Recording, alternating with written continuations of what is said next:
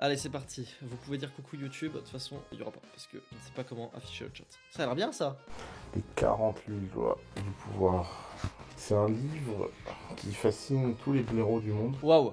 Ok, premièrement, je suis d'accord avec la taille. Les plus gros blaireaux que j'ai rencontrés dans ma vie sont des fans inconditionnels de ce livre. Donc pour l'instant, jusque-là, je peux pas être contre. Tous les mecs qui se prennent pour des maîtres disent ce livre. Alors, soyons clairs. Je pense que si tu respectes les 48 lois du pouvoir, tu as des chances de réussir comme Littlefinger dans Game of Thrones. C'est vraiment Oussama Panar. Hein. Regardez ces gros pieds là. C'est vraiment l'archétype du mec qui a lu les 48 lois du pouvoir. Il réussit, mais au fond, sa position est fragile parce que sa réussite n'est que d'illusion et de manipulation. Ok, alors moi j'ai une nuance à apporter. Les gens qui lisent les 48 lois du pouvoir, mais qui ne lisent pas le livre, qui lisent juste les lois, oui c'est vrai, sauf que quand tu lis le livre et que tu comprends vraiment les lois parce qu'il y a tout un contexte historique et que tu comprends un petit peu l'intérêt de chaque loi, dans quel contexte l'appliquer, parce que c'est toujours contextuel, parce que si vous regardez bien, il y a certaines lois qui se contredisent. Il y a une loi qui dit ta réputation c'est super important, et t'as une autre loi qui dit on s'en bat les couilles du regard des autres, si les autres t'aiment pas on s'en bat les couilles. En fait c'est parce qu'il y a un contexte, et je pense que Oussama Ammar il a dû peut-être lire le livre vite fait ou ne pas le lire, et que en fait quand tu lis le livre en entier et que tu comprends que les lois s'appliquent à des contextes, c'est complètement différent. Je lui reconnais que tous les FDP que j'ai rencontrés dans ma vie étaient des gens qui essaient de suivre les 48 lois du pouvoir, mais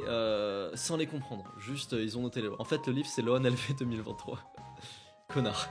Ouais, non, il dit de la merde. Mais c'est parce qu'en fait, il s'arrête juste à la phrase. Mais il faut il a pas le contexte en entier. Et il comprend pas que c'est un livre qui s'adapte à des contextes. Et que c'est pas genre en mode 12 règles pour une vie, 48 lois pour la vie. C'est pas ça. Par contre, c'est vrai que énormément de gens aussi font l'erreur. Et qu'en fait, quand ils lisent les lois du pouvoir, ils veulent absolument suivre les lois du pouvoir à la lettre. Et c'est pas comme ça que ce livre est utile et qu'il faut le penser, ce livre. Mais bon, je pense qu'il n'y a rien d'intéressant à tirer de cette vidéo si vous voulez mon avis. Bon, qu'est-ce qu'on peut regarder? Regarde l'annonce du rupture de Michou et fais ton misogyne man, tu vas buzzer. Y a rien à dire qu'il fait sa rupture et il doit être triste, et c'est triste pour lui, enfin c'est tout. J'ai même pas envie de regarder ça et de faire une vidéo dessus, parce que je pense que Michou n'aimerait pas qu'on fasse une vidéo sur ça. Je pense que ça le ferait chier qu'on en parle outre mesure, tu vois. Je peux gratter le buzz, hein, j'aime bien gratter le buzz, mais pas à ce point. Regarde des témoignages d'anciennes actrices de cul. Flemme. Tu étais aux Anime Awards pour soutenir Kelly? Oh oui, j'y étais. Alors est-ce qu'on réacte pas à El Ryan en vrai de vrai? Est-ce que c'est pas free? Une femme de valeur avec Thaïs Escufon, allez on y va, c'est parti. Petite pause les amis, si jamais vous cherchez à attirer une femme de valeur qui vous plaît réellement, vous devez absolument découvrir Dragueur de Paris. Dragueur de Paris, c'est le site numéro 1 en France en ce qui concerne les applications de rencontres. Ça a été conçu par un ingénieur introverti avec plus de 15 ans d'expérience. C'est 100% gratuit, c'est fiable à 100%, pas de bullshit. Un ingénieur introverti. C'est pas pour dire, hein. Il y a une calvitie l'ingénieur introverti, hein. Et si jamais ça vous intéresse et que vous voulez attirer une femme de valeur, une femme qui vous plaît réellement, une femme de valeur, une femme blanche à la campagne, dans un décor blanc, et des enfants blancs, et des blondes. Ah. Aïe aïe, je peux tellement pas les blanches, c'est... Qu'est-ce que je déteste les blanches. T'es dans le black love toi. Oui, je comprends pas comment les mecs, on va dire un petit peu tradis, qui recherchent genre des femmes de valeur, genre El Ryan et son public. Je comprends pas comment ils sont attirés par les blanches. Allez choper des musulmanes qui restent à la maison. C'est tellement mieux pour vous. Alors que les blanches... If I speak. Comment tu expliques le fait que sur internet justement c'est le cas? Que plus t'as eu des conquêtes, plus t'as eu des conquêtes. Pourquoi il s'est transformé El Ryan en rire jaune? Non vas-y. Plus tu vas prendre en valeur en tant qu'homme. El Vietnam. Comment tu définis la masculinité? C'est une bonne question. Franchement, je sais pas. Je pense qu'il y a beaucoup de choses qu'on associe aux hommes et pas aux femmes, avec lesquelles je suis pas forcément d'accord. Donc, ce serait difficile pour moi. Ok, ma définition de la masculinité. Vous êtes prêts? Je pense les muscles c'est masculin en général. Calvitie, c'est masculin. Je sais pas. Un homme de haute valeur, c'est quelqu'un qui a des valeurs. Si ta valeur c'est nourrir ta famille et que tu es tiens, bah t'es un homme de haute valeur. Du coup, qu'est-ce que tu poses cette définition? Parce que sur internet, ça fait quand même pas mal parler, ça fait beaucoup de clics. Moi, j'en pense que du mal, C'est inspiré par forcément un ensemble de personnes qui ont pas vraiment construit leur vie, je crois. J'irais mal un CEO de 50 ans dire je suis un homme de haute valeur. Alors François, il a toutes les qualités. Vous voyez ce que je veux dire? C'est réel. Les hommes de haute valeur disent pas homme de haute valeur, c'est une dinguerie. Genre moi je suis vraiment un homme de haute valeur. Et je dis pas que je suis un homme de haute valeur, mais techniquement j'en suis un de fou. Enfin, hey les gars, je suis beau. Oh les gars, vous voulez voir comment j'ai pris du muscle là? Vous allez voir que franchement là, je sais pas si ça se voit mais franchement là je suis en pleine prise de masse. Ça fait genre un bon mois que j'ai repris sérieusement la salle. Je sais pas si ça se remarque. Moi je vous le dis, j'ai jamais été autant musclé de ma vie. Là je vais... Allez j'enlève, c'est parti. Ça y est, j'ai les ailes. Ouais, j'ai un petit peu les ailes là, vous voyez ou pas? Et en vrai, je suis pas un homme de haute valeur là. Je suis jaloux de Fatih. T'as de quoi? Merci à mon coach. Mon coach, on va pas dire c'est qui, mais j'ai un coach. J'ai un coach, peut-être qu'il est connu sur YouTube. Peut-être qu'on fera la révélation dans quelques temps quand je serai vraiment musclé. Quelqu'un qui est sûr de lui et qui est humble. S'il y avait Edouard à côté de moi, il aurait dit oh ça c'est une italienne ça. Ça je reconnais, ça c'est une italienne. Par exemple, quelqu'un qui va faire de la muscu qui est très musclé. Je trouve ça très beau. Comme moi. Mais dès qu'il va commencer à en jouer et de en faire un... Ça pue. pute. Pour ceux qui connaissent pas la chaîne OnlyFans, vous avez le lien en barre de description. Pour toi, c'est quoi un homme de haute valeur déjà pour commencer? Déjà pour moi ça c'est un truc qu'on entend principalement sur internet, avec les réseaux, la red pill, etc. C'est-à-dire je pense que si on demande aux gens entre guillemets de la vraie vie, ils vont même pas savoir ce que c'est. C'est ouf quand tous les youtubeurs red pill disent ouais la red pill, les youtubeurs red pill, alors que toi t'es un youtubeur red pill. Lohan, je pense sincèrement que je suis le seul en France qui peut rivaliser avec ta jawline. Bah plein de gens qui peuvent rivaliser avec ma jawline, hein, franchement. Après elle est bien, je vais faire le mec, ouais elle est pas ouf. Non en vrai elle est bien. Vous saviez que quand j'étais petit j'étais persuadé d'être moche, j'étais persuadé de pas avoir de jawline, pourtant j'en avais une, ça c'est une dinguerie quand même. On va sur Lohan LV. Alors Mother 3 Fork c'est un de mes jeux préférés, c'est un jeu communiste qui fait quand j'étais jeune j'étais très de gauche à cause de ce jeu. On va regarder ça. Regardez la jawline de fou que j'avais à l'époque. Et moi j'étais persuadé d'être moche. Bon alors j'avais une coupe de Noël, j'avais des bras. What the fuck. Voilà. Menteur, là tu mets les extraits quand je flexais juste avant, s'il te plaît. J'avais un t-shirt de fils de pute de geek de merde. Mais en vrai de vrai, la jawline elle était là. Les yeux de Hunter ils étaient là. Enfin tout était là. Juste j'étais vraiment un pré-alpha dans un corps de Noël. Et un mec dans le chat il a dit outfit de couillon. Mais je me suis rendu compte en jouant que c'était en réalité bien plus que ça. Putain mais j'étais un geek de merde. Wow. En fait vous savez que ça c'est ma chambre, hein. L'endroit où je suis actuellement c'est le même endroit que ça. Mais regardez comment le décor, j'étais un geek de merde. J'ai fait un truc Doki Doki Littérature Club en haut. Mais fils de pute. Attends. C'est le même coin. La petite étagère sur la droite elle a pas bougé. Juste là non il y a des photos de ma meuf. Mais classique cette musique.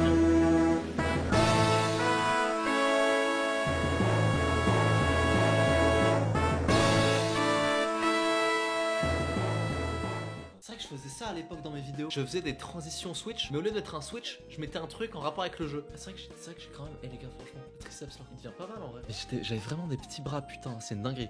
J'ai toujours eu un point faible bras. J'avais quel âge là? Je devais avoir 13 ou 14 ans, un truc comme ça. Le 28 juillet 2018, j'avais 14 ans. Vous savez qu'à l'époque, j'avais des meufs qui étaient sur moi. Parce que comme je vous l'ai dit, j'étais un pré-Chad. J'étais un geek de merde dans un corps de geek de merde. Mais j'étais sur certains jours, parce que je me coiffais pas, donc ma coiffure était complètement aléatoire. J'avais une tête potable et sur certains jours, j'avais des sweats. Donc on voyait pas mon corps de geek de merde. Donc ça pouvait arriver qu'il y ait des filles, et je parle pas des filles moches et tout machin, 7 sur 10, 8 sur 10, parfois 9 sur 10, ça m'est déjà arrivé, qui était sur moi. Ça c'est vrai, ça fait le mec qui s'appelle, mais je vous jure que c'est vrai. Une fois, quand j'étais en 3ème, c'était genre la meuf la plus populaire de la classe, on va dire, tu vois. Bon, j'ai pas la certitude qu'elle était en crush sur moi, parce que ça se trouve c'était pas le cas, mais je remarquais qu'elle me regardait et tout. Et un jour, il y a la pote de la meuf la plus populaire de la classe qui vient me voir et qui me dit ouais machin, y a qui Fatih qui est sur le live, je t'aime.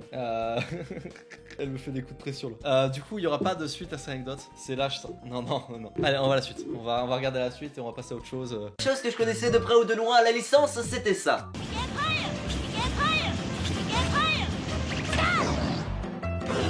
Combo atroce. Donc l'intrigue du jeu se déroule dans un vieux village paumé nommé Tazmili, où tout le monde se connaît, tout le monde est heureux, il n'y a même pas de notion de monnaie, d'argent ou de troc. Chaque habitant fait son propre travail, le village peut ainsi prospérer afin d'être heureux et que tout le monde mange à sa faim. C'est pour ça que j'étais communiste hein, quand j'étais jeune. C'est vraiment à cause de ce jeu que j'étais de gauche. C'est marrant, ce système, ça me rappelle autre chose.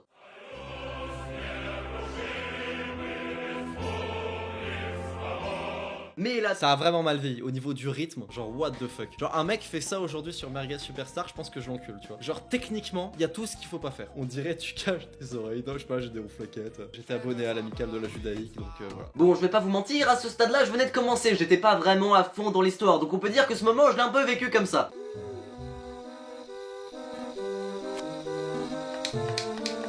Wow, la mise en scène. Wow.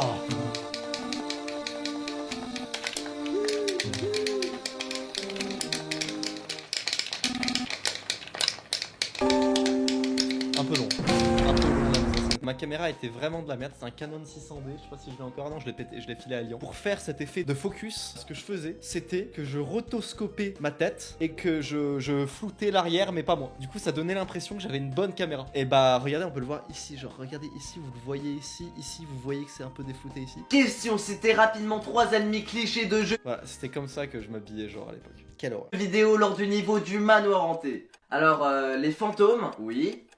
Les araignées, oui.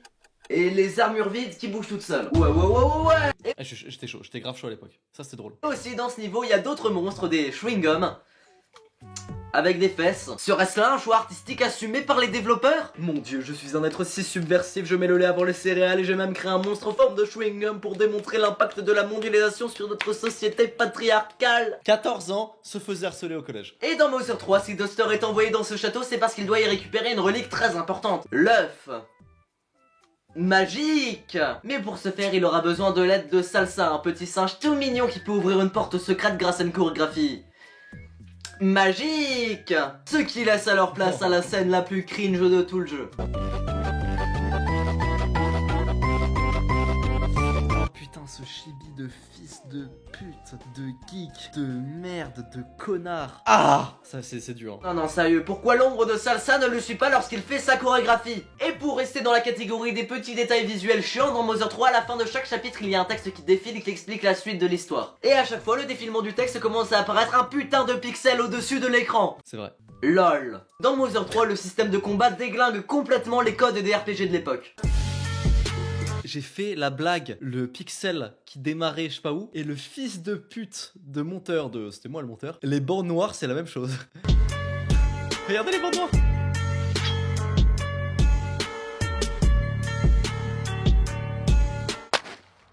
Waouh. Dans Mother 3, 3 ans après le chapitre 3, des vilains capitalistes déguisés en cochons ont envahi le village de Tazmily. Aram. Non mais attends, on en parle du blanc qui dit Aram. Attends, le connard de blanc de merde. T'avais des potes à l'époque? Vraie question. Oui, j'avais des potes. On avait un petit peu, j'avais un groupe de potes qui était composé d'un aveugle et de deux autres geeks, deux autres neuils. Est-ce que vous avez la rêve du tel le bigorneau accroché au rocher? Ses roues adhèrent au bitume comme le bigorneau adhère au rocher. Est-ce que vous connaissez ça? C'était lors du trailer du Mario Kart 8. Découvrez la grisante sensation d'être le numéro 1 avec ses pneus profilés qui adhèrent au bitume comme le bigorneau adhère au rocher. C'est devenu culte comme phrase. Et à un moment dans Mother 3, on infiltre le gang des masques porcs. J'adore ce mot, putain. On a alors accès à un véhicule qui permet de se déplacer bien plus vite sur la map. Il va y avoir du rififi sur les circuits. Tiens, et d'ailleurs, pourquoi dans Mother 3 la voiture peut glisser sur des pots de banane alors qu'elle l'évite? Mais c'est une blague en fait, parce que tout le jeu est rempli de trolls et de second degré. C'est un jeu qui est très humoristique, Mother 3. Et toi, Lohan, t'as pris la blague et t'en as fait une vanne. Couillon, va. Une des compétences du singe, c'est la mimique. Et ça permet de faire sourire l'ennemi. Et du coup, ça l'empêche d'attaquer durant plusieurs tours. Enfin, je veux dire, c'est pas un problème de statut, sourire. Tu peux très bien sourire et attaquer en même temps. C'est drôle, j'ai raison. Parce que le mec, dans Mother 3, ça mettait oui, l'ennemi ne peut pas attaquer car il est en train de sourire. Tu peux sourire et attaquer en même temps. Hein. En vrai, t'enlèves la cam, tu mets un chibi et ça éteint Trash 2025. If I speak about Trash 2025. Rire en dansant. Attendez. La porte est en plein air.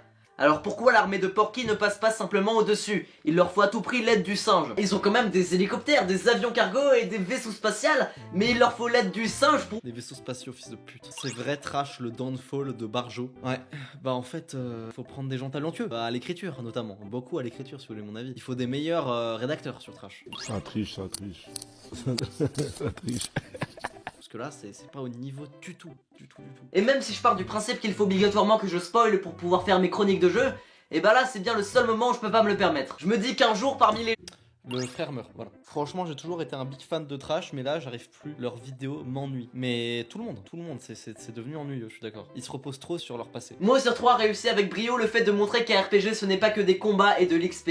Un RPG c'est aussi des musiques, une histoire, une aventure. Jouez-y, vous ne le regretterez vraiment pas.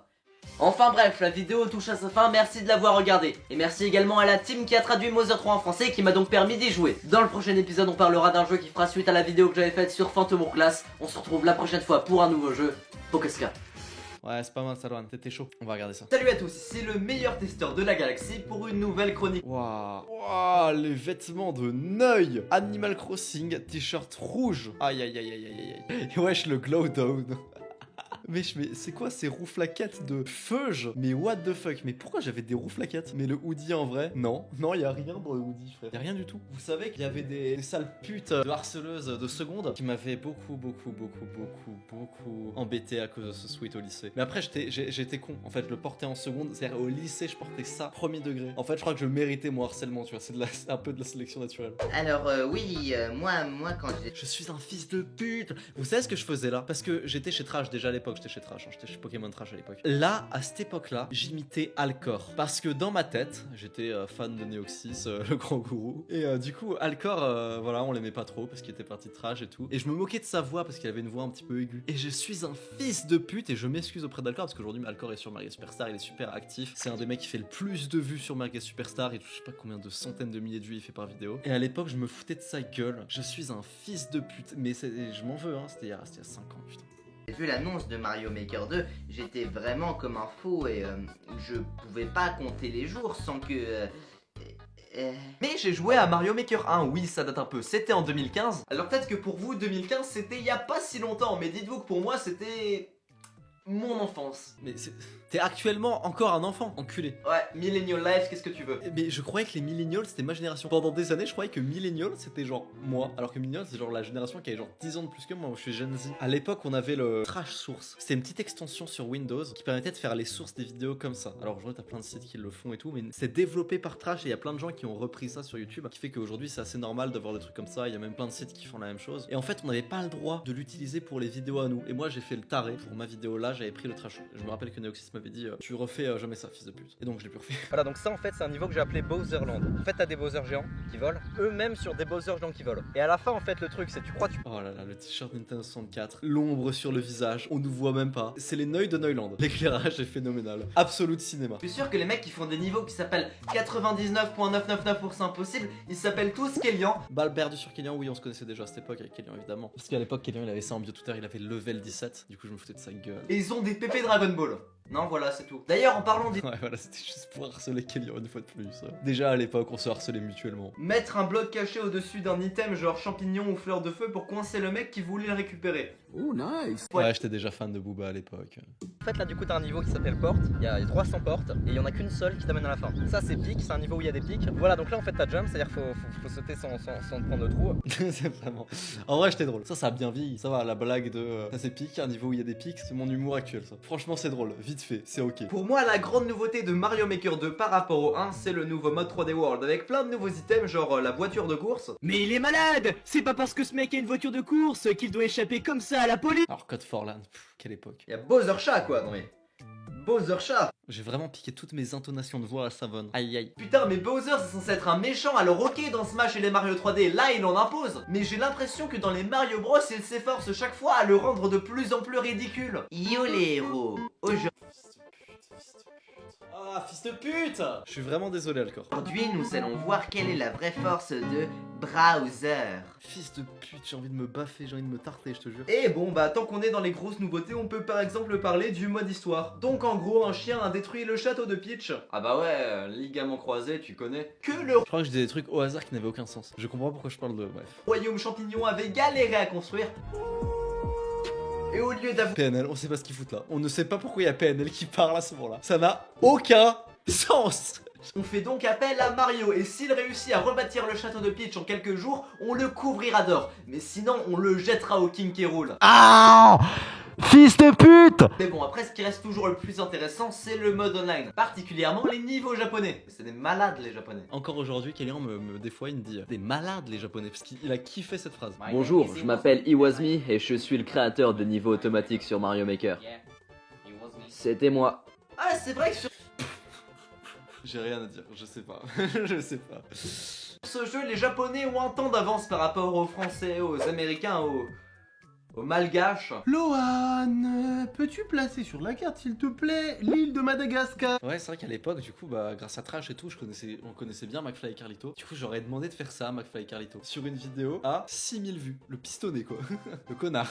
Ouais, on connaissait bien McFly et Carlito à l'époque. Non, je mens. Je mens. Ils avaient fait une vidéo pour chaque prénom. Essayez d'avoir une bonne communauté pour pas avoir ce genre de commentaires de débiles. Putain, vous, je vous déteste, ça fait des scopatou mana sur les tacos sur Twitter et ça se prend pour des... Wesh, mais attends, quoi? Pourquoi il y a des sangs? Oh, le ban Twitch qui va arriver tellement vite. Et bah voilà, j'ai l'impression que la chronique est terminée. Bah j'espère qu'elle vous a plu. N'hésitez pas à la partager si vous avez l'impression que la vidéo était stylée, bah elle le sera aussi pour vos potes. Et moi ça me fait de la thune. C'est faux, tu n'avais pas débloqué la monétisation, Lohan. Pourquoi tu flexes? Bon, alors on va regarder les commentaires. Il y a des mecs qui commentent aujourd'hui. Aïe aïe aïe, c'est les dons que ça, Lohan, elle veut avant. Non, la vidéo est publique, je fais plus partie de l'élite qu'on a été privé. La balle perdue pour Kélian. Alcor. Merci, Superstar. Putain, c'est vrai que j'avais dit, on se retrouve à la rentrée et je n'ai jamais refait de vidéo.